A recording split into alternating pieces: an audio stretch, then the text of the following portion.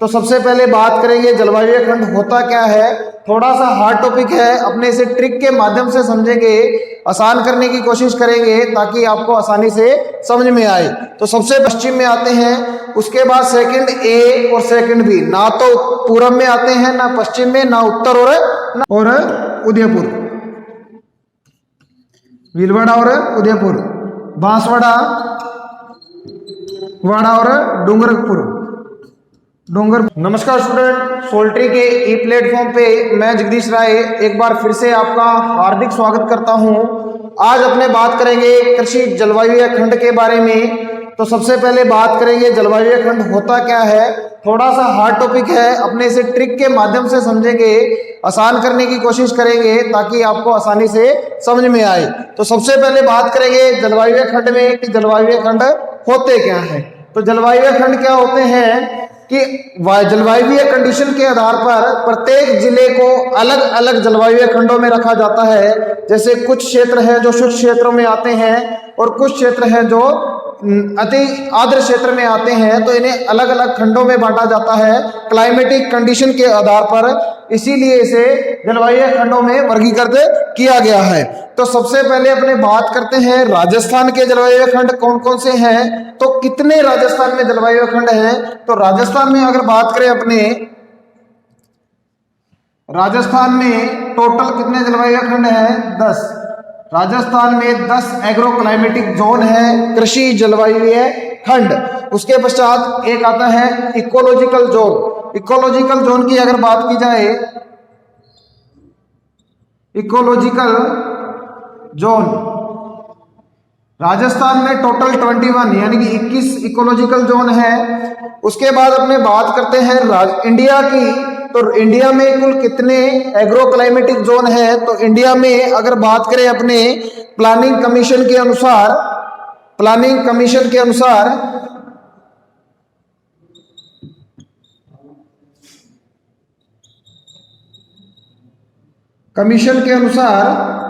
तो total 15 agro climatic zone है।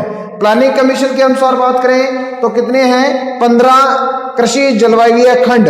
अगर अपने बात करें NARP या ICR के द्वारा, NARP या ICAR के द्वारा जो कृषि जलवायु खंडों में बांटा गया है, तो वो कितने हैं? 131। कितने हैं? 131। अगर उसके बाद अपने बात करें कि ICR के या NBSS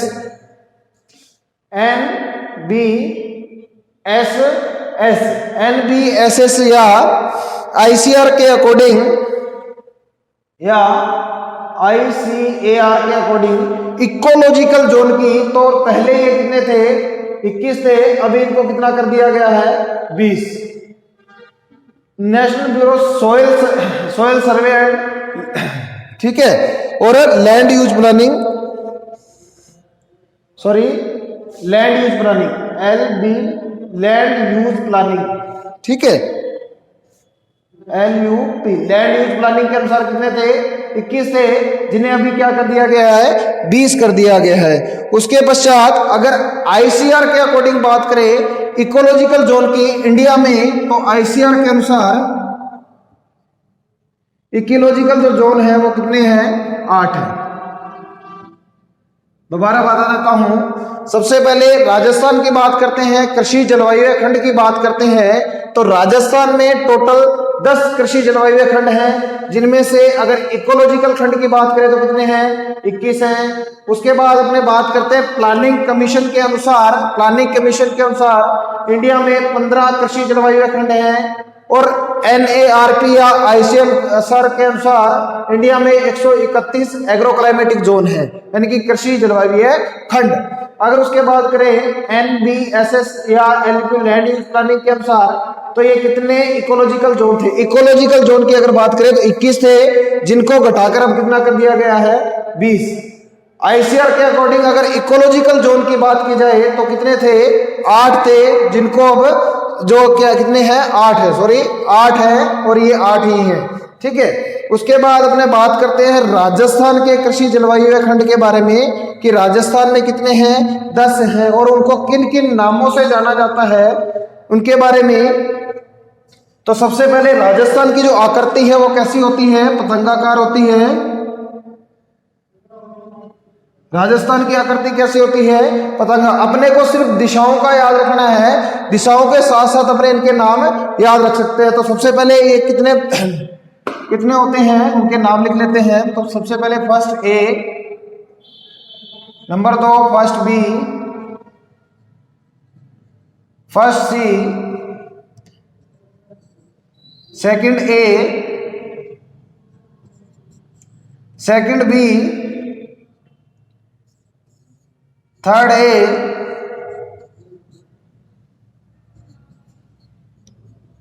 third B, fourth A और फोर्थ बी। उसके बाद आता है नंबर 10 पे फिफ्थ। ये 10 क्लाइमेटिक जोन है। अब इनके नाम कैसे याद करने हैं उसके लिए एक ट्रिक है। तो सबसे पहले अपने दिशाएं याद करनी है। ये हो गया पूर्व, ये हो गया पश्चिम, ये उत्तर और ये हो गया दक्षिण। पूर्व, पश्चिम, उत्तर और दक्षिण। अब देखो कैसे नाम याद करेंगे। सबसे पहले अपने को दिशा है तो फर्स्ट ए कौन सी दिशा में आता है, पश्चिम में। फर्स्ट बी और फर्स्ट सी, ये तीनों किस में आते हैं, पश्चिम में आते हैं। उसके बाद सेकंड ए और सेकंड बी ना तो पूर्व में आते हैं, ना पश्चिम में, ना उत्तर और ना दक्षिण में। तो इन दोनों को कहाँ रखा जाता है, मध्य में रखा जाता है। सेकंड ए और सेकंड बी, ये दो हो गए। ये कहाँ आ गए, अंत्यवर्ती आ गए, मध्य आ गए। उसके बाद आता है थर्ड ए और थर्ड बी, ये कहाँ रखे जाते हैं, पूर्व में। उसके बाद फोर्थ ए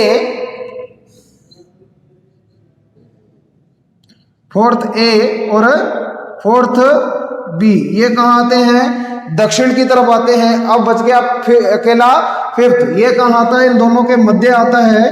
तो ये आ गया यहाँ पे फिफ्थ, ठीक है, यहाँ पे आ गया फिफ्थ। तो अब इनका नाम है कैसे याद करेंगे। सबसे पहले इनको याद करना है। तो कैसे याद करेंगे, अपने को एक चीज याद रखनी है कि अगर किसी किसान के पास 3 बीघा जमीन है, अगर किसी किसान के पास 3 बीघा जमीन है, मान लिया सेकंड और थर्ड, ये अलग अलग बीघा जमीन है, सेकंड और थर्ड ये 3 है। तो उसको क्या है, सिंचाई का जो टाइम है वो अलग अलग है, 1 घंटा, आधा घंटा और आखिर में मिलती नहीं है। तो इसके लिए अपने कैसे याद करेंगे इसको। सबसे पहले सबसे ज्यादा सिंचाई मिलती है नंबर 1 पे, यहाँ क्या है, सिंचित हो गया, यहाँ सिंचाई पूरी होगी 1 घंटा। यहाँ हो गया तो अर्ध सिंचित हो गया। और ये क्या हो गया, यहाँ सिंचाई नहीं होगी तो शुष्क, ये हो गए 3। अब इसके बेसिस पे अपने इनको क्या करेंगे, नाम देंगे। तो नाम अगर पूछा जाता है पेपर में कि कौन सा जलवायु खंड, फर्स्ट ए का क्या नाम है, फर्स्ट बी का क्या नाम है, तो अपने को क्या याद करना है, दिशा याद रखनी है। और एक ये ट्रिक याद रखनी है कि एक किसान के पास क्या है, 3 बीघा जमीन है, पहले में सिंचाई पूर्ण होती है, दूसरे में पहले में 1 घंटा होती है तो पूर्ण सिंचित माना जाएगा, दूसरे में आधा होता है और तीसरे में होती नहीं है। तो अब अपने इनकी गिनती कहाँ से स्टार्ट करेंगे, इसको 1 नंबर लेंगे, इसको 2 नंबर लेंगे और इसको 3 नंबर लेंगे, ठीक है, समझ में आ गया। सबसे पहले अपने क्या लेंगे, शुष्क, पश्चिमी, मैदानी क्षेत्र। देखो यहां से क्या लिया, 1 नंबर पे शुष्क लिया, यहां से पश्चिमी लिया और मैदानी क्षेत्र आखिर में अपने लगा देंगे। तो नंबर 1 पे आ गया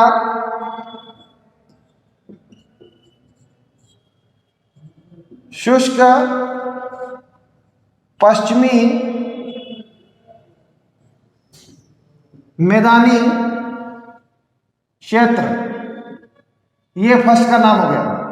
देखो याद हो गया, यहां से शुष्क है और यहां से पश्चिमी उठाया, फर्स्ट है तो शुष्क पश्चिमी मैदानी क्षेत्र। अब अपने 2 नंबर पे किसको लेंगे, इसको लेंगे तो क्या आ गया, सिंचित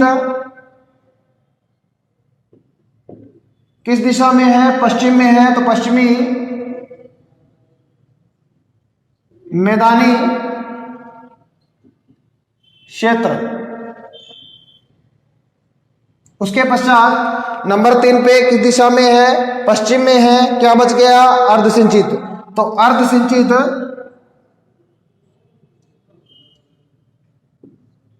अर्धसिंचित पश्चिमी मैदानी क्षेत्र। ये 3 नाम अपने याद कर लिए। तो देखो ना, ट्रिक है, एक फार्मर के पास 3 बीघा जमीन है, पहले में 1 घंटा सिंचाई होती है, दूसरे में आधा घंटा सिंचाई और तीसरे में सिंचाई नहीं होती है। तो पहला पूरा सिंचित हो गया, दूसरा अर्ध सिंचित हो गया और थर्ड शुष्क हो गया। अब इनको यूज कैसे करना है, शुष्क को सबसे पहले करेंगे, उसके बाद सिंचित करेंगे, उसके बाद अर्ध सिंचित करेंगे। शुष्क को लिया, दिशा कौन सी है, पश्चिमी, तो शुष्क पश्चिमी मैदानी क्षेत्र याद हो गया। सेकंड बी की अगर बात करें, कौन सा लिया, सिंचित लिया, पश्चिमी मैदानी क्षेत्र अपने लगाना है तो पश्चिमी मैदानी क्षेत्र आ गया। थर्ड कौन सा लिया, अर्ध सिंचित लिया, अर्ध सिंचित पश्चिमी मैदानी क्षेत्र। तो ये हो गए 3, फर्स्ट ए, फर्स्ट बी और फर्स्ट सी के नाम। अब उसके बाद अपने क्या करेंगे, सेकंड ए और सेकंड बी के बारे में बात करेंगे। सेकंड ए और सेकंड बी में देखो, ना तो ये पूर्व में आ रहे हैं और ना ये पश्चिम में आ रहे हैं, कहाँ आ रहे हैं, मध्य में। तो क्या बोलेंगे, पहला आ रहा है अंत्यवर्ती, अंत्यवर्ती मध्य में आ रहे हैं तो इन्हें क्या बोलेंगे, अंत्यवर्ती क्षेत्र कहा जाएगा, मध्य क्षेत्र कहेगा, अंत्यवर्ती कहा जाएगा। तो इसमें देखो सबसे पहले क्या आती है, नदी, और नदी में क्या आता है, पानी। तो पानी से याद रखेंगे, नदी में क्या आएगा, पानी, तो यहाँ आएगा जल और यहाँ आएगी नदी, दोनों याद रखेगा। जल कहाँ से आएगा, नदी से आएगा, तो अंत्यवर्ती आ जाएगा। तो अब इसको याद कैसे रखना है, जलोत्सरण, जल से याद रखना है, जलोत्सरण अंत्यवर्ती, जलोत्सरण, जलोत्सरण अंत्यवर्ती, अंत्यवर्ती मैदानी क्षेत्र, मैदानी क्षेत्र। देखो कैसे लिया है, कहाँ, मध्य में है तो इसे अपने अंत्यवर्ती कहेंगे। और पहले क्या है, अगर अपने सिंचाई की बात करें, अगर अपने कहीं सिंचाई देनी है तो किसके द्वारा देंगे, जल के द्वारा। और जल कहाँ से आएगा, नदी से। जल से याद रख लेना जलोत्सरण और अंत्यवर्ती, ये आपने लिख लिया, जलोत्सरण अंत्यवर्ती मैदानी क्षेत्र। ये किसका नाम हो गया, सेकंड ए का। तब अपने बात करते हैं सेकंड बी की। तो सेकंड बी में क्या है, नदी है, तो कौन सी लिखेंगे, लूणी नदी अंत्यवर्ती मैदानी क्षेत्र, लूणी नदी अंत्यवर्ती मैदानी क्षेत्र, लूणी नदी अंत्यवर्ती मैदानी क्षेत्र। उसके बाद अपने बात करते हैं नेक्स्ट, इसी में थर्ड ए और थर्ड बी की। तो थर्ड ए थर्ड बी किस साइड में आ रहे हैं, पूर्व की ओर आ रहे हैं। दिशा याद रखनी है अपने को, किधर आ रहे हैं, पूर्व की ओर आ रहे हैं। तो ये 2 चीजें याद रखनी है, एक होता है बाढ़ और दूसरा होता है अर्ध शुष्क, अर्ध शुष्क। अब याद कैसे रखना है, तो सबसे पहले अगर कहीं पे सूखा पड़ेगा और उसके बाद बरसात आएगी तो बाढ़ की संभावना हो जाएगी। तो सूखे से याद रखना अर्ध शुष्क और बाढ़ से याद रखना है बाढ़, ठीक है। तो सबसे पहले अपने नंबर 1 पे बात करेंगे बाढ़ की और उसके बाद बात करेंगे अर्ध शुष्क की, ठीक है। तो सबसे पहले इसमें अपने पहले बात करेंगे अर्ध शुष्क की और उसके बाद नंबर 2 पे बात करेंगे बाढ़ की। तो अब दिशा पता है अपने को, थर्ड किस साइड में आ रहा है, पूर्व की दिशा में आ रहा है। थर्ड किस दिशा में आ रहा है, पूर्व की ओर आ रहा है। बाढ़ और अर्ध शुष्क की बात करें, अगर कहीं सूखा पड़ता है और उसके बाद ज्यादा बरसात होती है तो उसे बाढ़ संभावित क्षेत्र अपने याद रखने के तरीके से बोल सकते हैं। तो सबसे पहले अर्ध शुष्क पूर्वी मैदानी क्षेत्र क्या हो गया, अर्ध शुष्क पूर्वी मैदानी क्षेत्र। ठीक है, उसके बाद हमने बात करते हैं सेकंड की, तो सेकंड बी में जो आएगा बाढ़ संभावित, क्या लिखेंगे, बाढ़ संभावित पूर्वी मैदानी क्षेत्र। तो बाढ़ आ गई, सेकंड में क्या आ गया, बाढ़ संभावित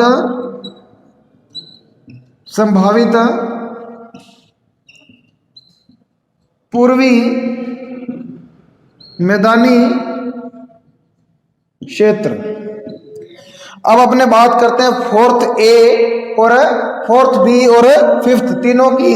तो तीनों की कैसे याद करना है, देखो अपने पास क्या है, 3 कमरे हैं अलग अलग, फर्स्ट सेकंड और थर्ड, फर्स्ट सेकंड और थर्ड 3 कमरे हैं।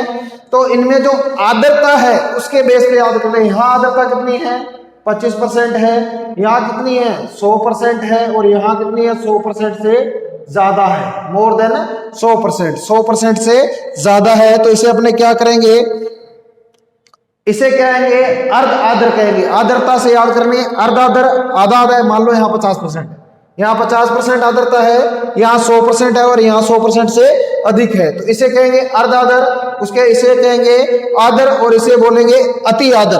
तो इससे याद हो जाएगा सबसे पहले अपने को, तो फोर्थ ए और फोर्थ बी दिशा कौन सी में आ रहे हैं, फोर्थ ए और फोर्थ बी दक्षिण में आ रहे हैं, समझ में आ गया।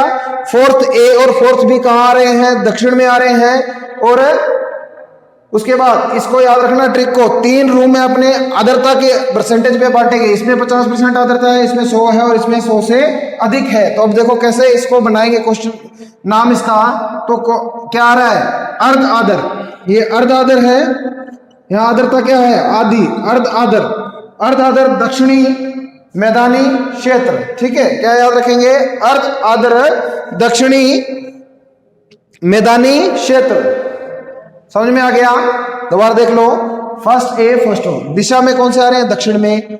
अपने पास 3 कमरे हैं, उनकी आर्द्रता एक की 50% है, एक की 100% है और एक की 100% से ज्यादा है।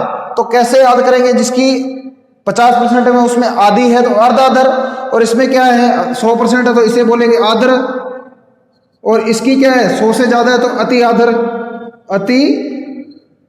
आर्द्र बोलेंगे। ठीक है, तीनों याद हो गए। अब सबसे पहले अपने बात करते हैं अर्ध आर्द्र दक्षिणी मैदानी क्षेत्र। अर्ध आर्द्र दक्षिणी मैदानी क्षेत्र, दक्षिणी मैदानी क्षेत्र, समझ में आ गया। अब अपने बात करते हैं फोर्थ बी की, तो फोर्थ बी कहाँ आ रहा है, दक्षिण में आ रहा है, आर्द्र दक्षिणी मैदानी क्षेत्र, आर्द्र दक्षिणी मैदानी क्षेत्र। ठीक है, उसके बाद अपने बात रहेगी फिफ्थ की, और फिफ्थ किस दिशा में आ रहा है, इधर दक्षिण से पूर्व की ओर जाते हैं अपने, तो क्या रास्ते में आ रहा है, तो दक्षिणी पूर्वी अति आर्द्र दक्षिणी पूर्वी मैदानी क्षेत्र, ऐसा आएगा बेटा, अति आर्द्र दक्षिणी पूर्वी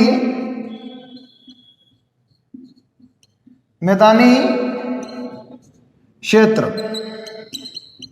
तो ये इसके नाम हो गए। अब क्या किया जाता है कि अगर पूछा जाए कि सेकंड बी का नाम क्या है, तो अपने सीधा देख के बता सकते हैं, लूणी नदी अंतर्वर्ती मैदानी क्षेत्र।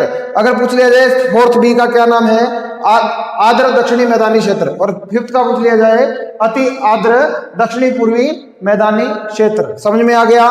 उसके बाद अपने बात करते हैं कि कौन से जलवायु खंड में कितना क्षेत्रफल आता है, कि कौन से जलवायु खंड के अंतर्गत कितना क्षेत्रफल आता है।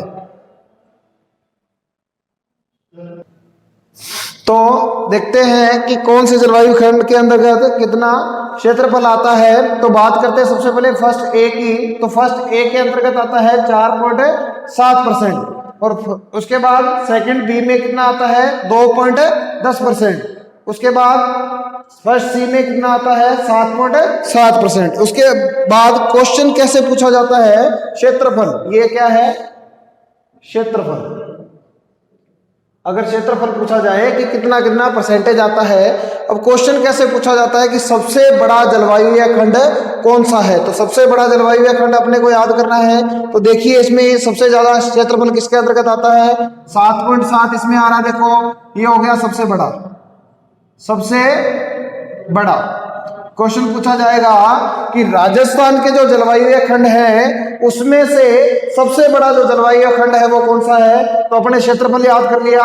देखेंगे सबसे बड़ा क्षेत्रफल किसका है, तो फर्स्ट सी का क्षेत्रफल सबसे बड़ा है, तो सबसे बड़ा जलवायु खंड आ गया।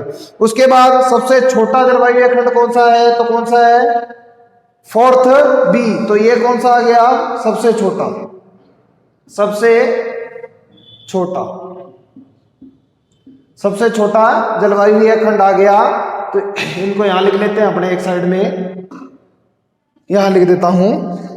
अगर सबसे छोटा जलवायु खंड की बात करें छोटे, तो कौन सा आता है, फोर्थ बी आता है, फोर्थ बी। अगर सबसे बड़े की बात करें, सबसे बड़े की अगर बात करें अपने का, तो क्या आता है, फर्स्ट सी आता है, फर्स्ट सी। यहाँ किस अकॉर्डिंग बांटा गया है इनको, इनके क्षेत्रफल के आधार पर कि किस जलवायु खंड में कितना क्षेत्रफल आता है, इसी आधार पे इनमें सबसे बड़ा और सबसे छोटा जलवायु खंड बताया गया है। उसके पश्चात ये अपने याद करेंगे कि कौन से जलवायु खंड में कौन सा जिला आता है, कौन से जलवायु खंड में कौन सा जिला आता है। तो जिले के बेसिस पे क्वेश्चन जो पूछा जाता है, जयपुर का पूछ लिया जाएगा, या स्वामीकरण नरेंद्र या श्रीकरण नरेंद्र एग्रीकल्चर यूनिवर्सिटी कौन से जलवायु खंड में आती है, या बीकानेर जो एग्रीकल्चर यूनिवर्सिटी है वो कौन से जलवायु खंड में आती है। तो इसके लिए अपने क्या पता होना चाहिए कि इसमें कौन कौन से जिले कौन से खंड के अंतर्गत आते हैं। तो इसमें एक अपने ट्रिक यूज करेंगे। तो ट्रिक ऐसे यूज करेंगे, देखो सबसे नंबर 1 पे बाजो, नंबर 2 पे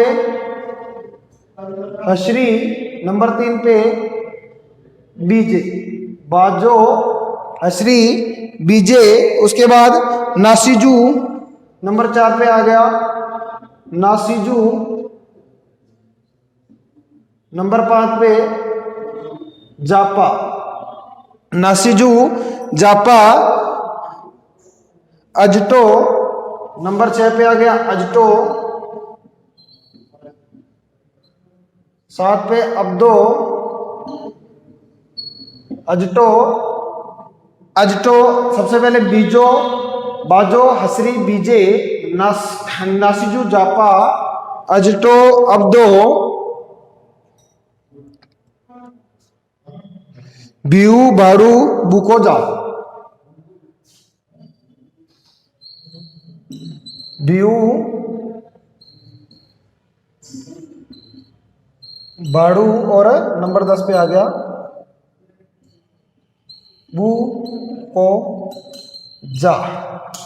अब देखो अपने जिले कैसे याद करने, ये एक छोटी सी ट्रिक है, 3 से 4 बार अपने जब इसको लिखेंगे तो याद हो जाएगी। ठीक है, तो सबसे पहले क्या आएगा, बाड़मेर और जैसलमेर, सॉरी बाड़मेर और जोधपुर, बाड़मेर। दूसरा कौन सा आएगा, जोधपुर। ठीक है, सेकंड पे हनुमानगढ़ और श्री गंगानगर,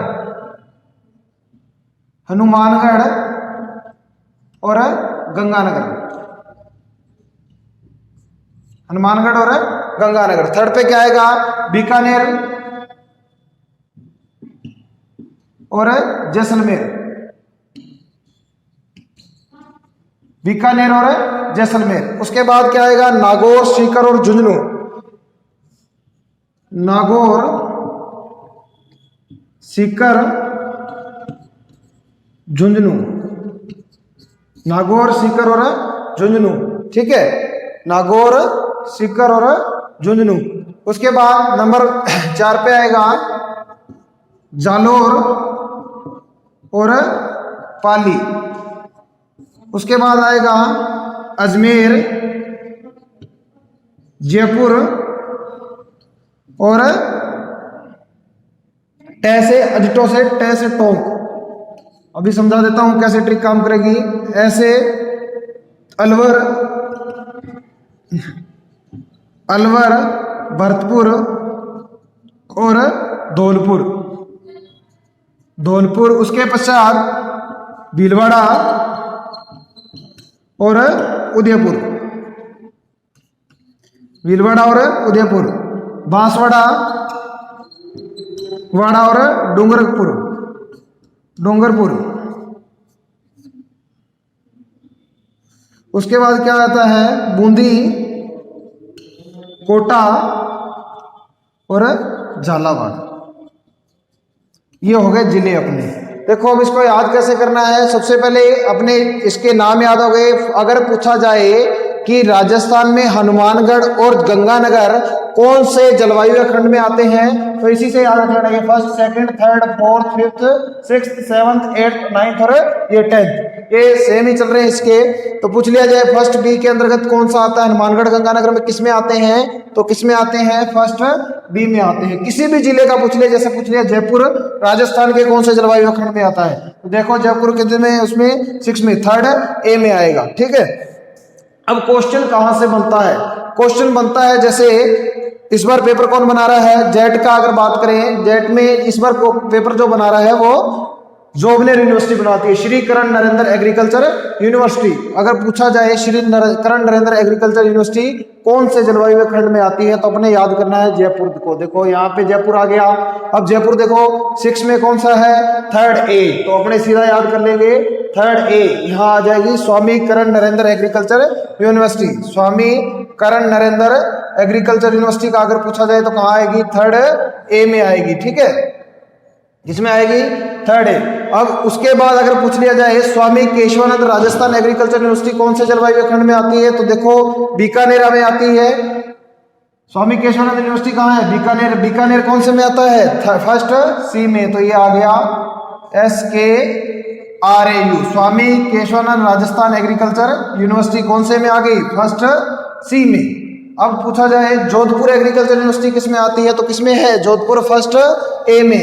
ये लो, यहां से पता लग जाएगा जोधपुर, जोधपुर एग्रीकल्चर यूनिवर्सिटी कहां पे आ गई, फर्स्ट ए में। एक और पूछा जाएगा, अगर पूछा जाए कि काजरी central arid zone research institute जो है काजरी, वो कहां पे है, जोधपुर में है, तो काजरी कहां पे आ गई, फर्स्ट ए के अंतर्गत आ गई।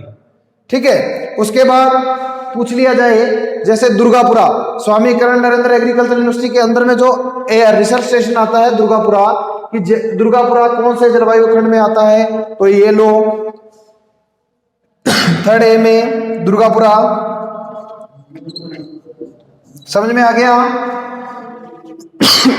सॉरी। उसके पश्चात MPUT Maharana Pratap agriculture university and प्रौद्योगिकी एंड टेक्नोलॉजी उदयपुर का पूछ लिया जाए, उदयपुर कौन से में आता है, 8th में आता है, तो 8th में क्या है, फोर्थ ए। तो MPUT का अगर पूछा जाए, देखो ये रहा MPUAT Maharana Pratap university of agriculture technology कहां पे आती है, फोर्थ ए में आती है। बस इसी प्रकार से क्वेश्चन बनते हैं आपके। तो कैसे याद रखना है, एक तो सबसे बड़ा जलवायु खंड कौन सा है, अगर सबसे बड़ा फर्स्ट सी है, सबसे छोटा कौन सा है, फोर्थ बी है।